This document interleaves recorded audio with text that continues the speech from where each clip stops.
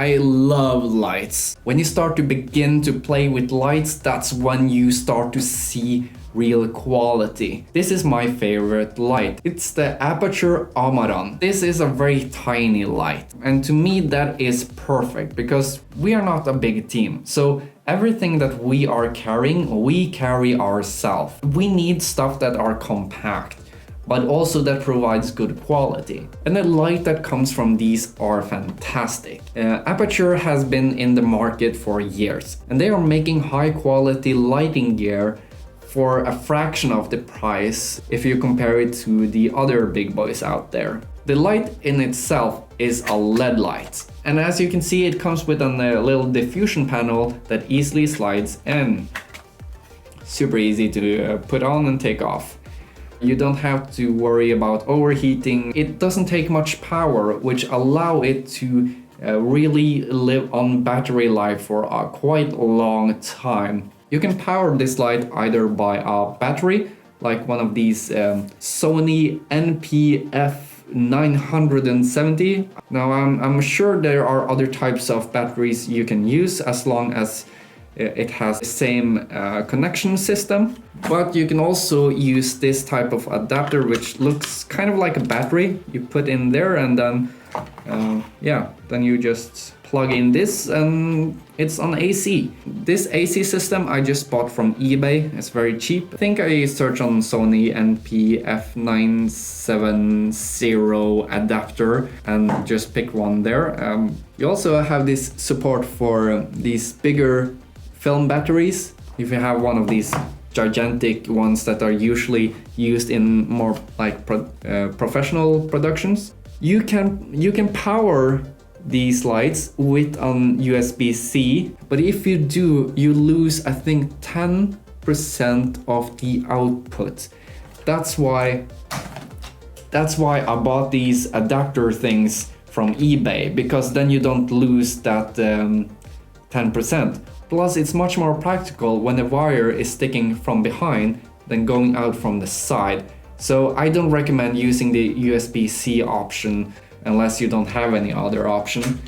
Just buy these cheap adapters from eBay instead. It can easily be used for portraits and other medium shots. Since they are so tiny and they work on batteries, you can put these in so many areas, so many tiny areas. They have these standard camera screws on the side, on the top, and on the bottom. So you can attach these to a lot of different types of clamps, rig arms, so you can place these anywhere. I'm even sure that if you have enough duct tape, you can probably just duct tape this. If you're really on a budget, you can also just hold it with your hand, just place it somewhere, or make some friend of yours hold it. You can take a monopod and strap this on, and someone can hold it up for you, so you can work really quickly with this light. It also can handle a punch. I have been using this in some light rain, and it's been working quite fine. It has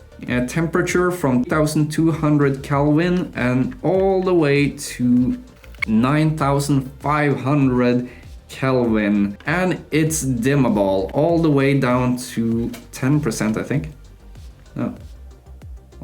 And at max it outputs a lot of light, especially on the 9500 Kelvin. If you have two of these, you can make an orange and teal look without any filters.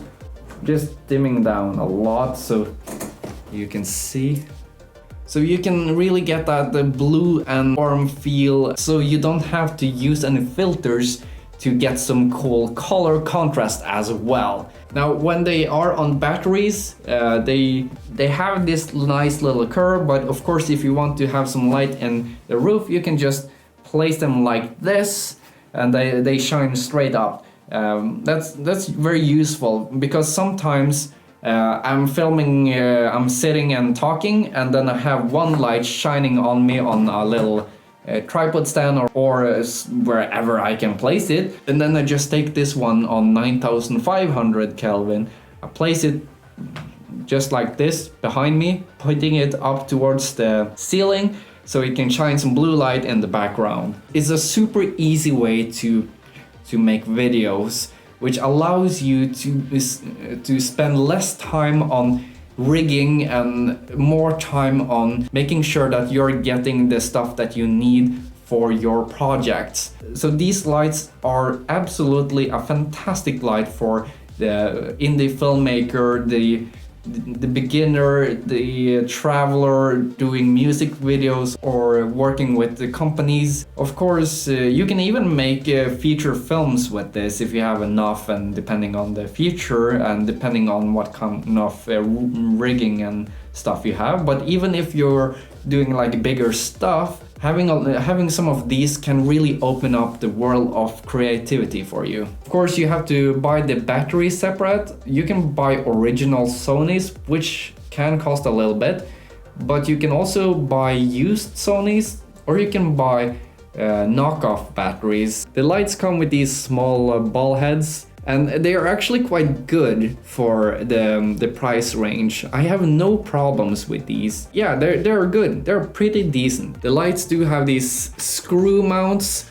so you can, if you have an adapter, you can basically build yourself a huge light if you have enough of them. Of course, the bigger you build the light, the stronger the ball head needs to be. And I don't know how many lights this one support, but I don't really use more than one. I have had connected 2 on one and it was fine. And then we have the pouch.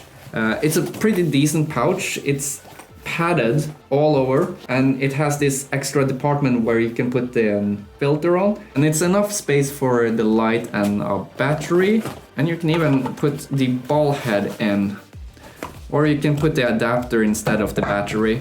I don't really use this pouch that much for these lights. I usually just put them in a bag instead, but these pouches are actually good for other things. So I really love these patches, but not for bringing that light. Of course it would be good for that too, but it's just a practical pouch to have for many other things as well. Even when I just travel and I want to bring like toiletries or whatever, I can use these. They are padded and they work great. So there's really nothing I can complain about with these lights. These are the lights I usually use. When you see my videos, I either use these lights or I use a work light, which I'm using right now, or I'm using natural light.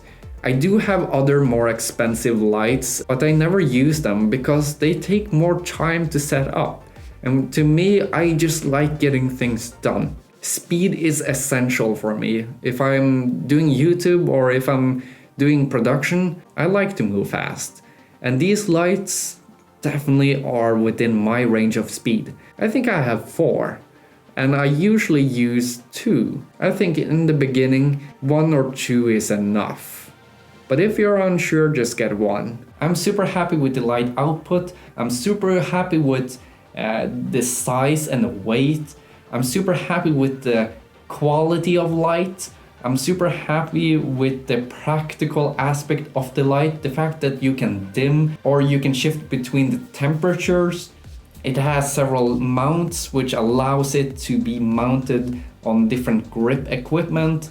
And again, it's so light, so there's no problem with cheaper grip equipment that you can buy from eBay, which allows more creativity if you're on a budget.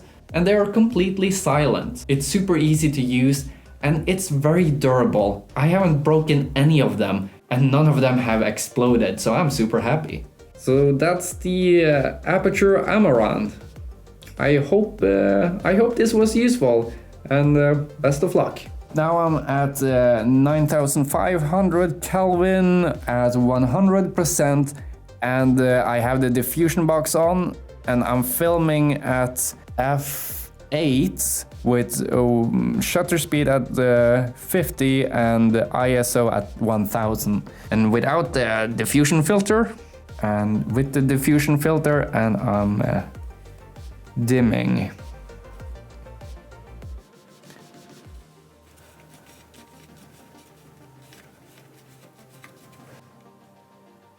And let's do the Kelvin.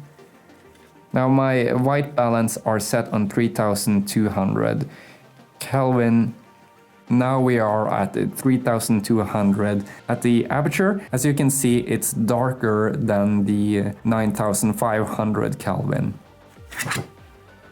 And without the diffusion filter. This is now aperture at 3.1.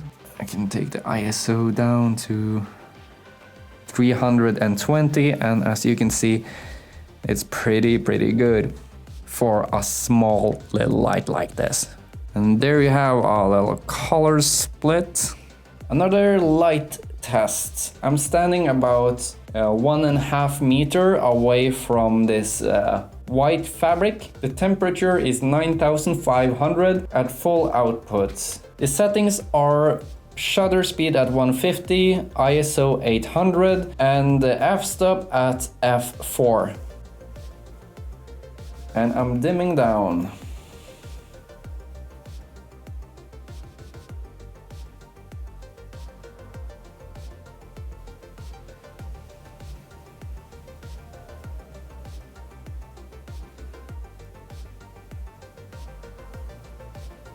The temperature on my camera is 3200. I'm changing the temperature on the lights.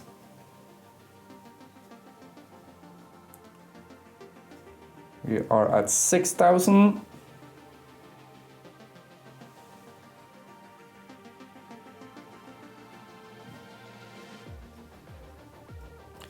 And 3200.